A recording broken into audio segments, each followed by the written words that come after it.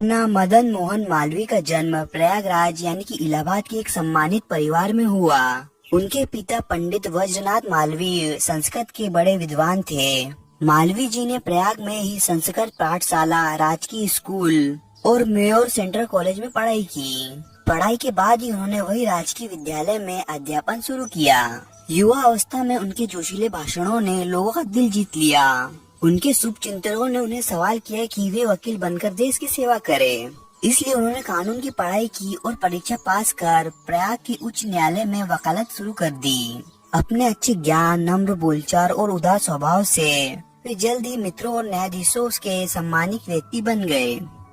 महान व्यक्ति कभी भी दुनिया के लालच में फंसकर अपने लक्ष्य से नहीं डगमगाते।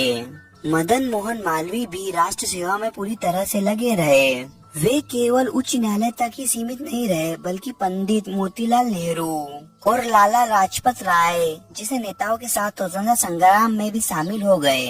दिल्ली में हुए कांग्रेस के 23वें अधिवेशन में वे अध्यक्ष बने। रोलट एक्ट के खिलाफ उनका जोशीला भाषण सुनकर अंग्रेज सरकार घबरा गई। कई बार जेल जाने के बाद भी उन्होंने देश की सेवा करना नहीं छोड़ा। मालवीय जी संस्कृत और अंग्रेजी दोनों भाषाओं के जानकार थे। उन्होंने हिंदी, हिंदू धर्म और हिंदुस्तान की उन्नति के लिए लगातार प्रयास किया।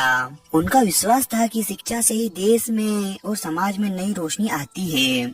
इसलिए उन्होंने वाराणसी यानी कि बनारस में काशी हिंदू विश्वविद्यालय की स्थापना की। इसके निर्माण के लिए उन्होंने लोगों से दान मांगा और जनता ने भी खुलकर दान दिया। यह बड़ा विश्वविद्यालय भारतीयों की उदारता और मालवीय जी की ख्याति का प्रतीक बन गया। मालवीय जी ने साबित कर दिया कि साधारण परिवार से होने पर भी अगर उत्साह, सोच और मेहनत हो तो महान कार्य किए जा सकते हैं। इसी कारण लोग उन्हें आदर पूर्वक महामना कहने लगे। महामना मालवीय एक विद्वान वक्ता, धार्मिक नेता और अच्छे पत्रकार थे, लेकिन उनका सबसे बड़ा गुण था जन सेवा। वे जहाँ भी किसी को दुख या परेशानी में देखते, तुरंत मदद के लिए पहुँच जाते।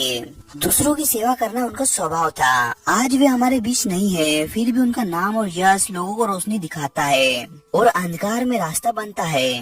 वे हर जगह लोगों के दिल में मौजूद है।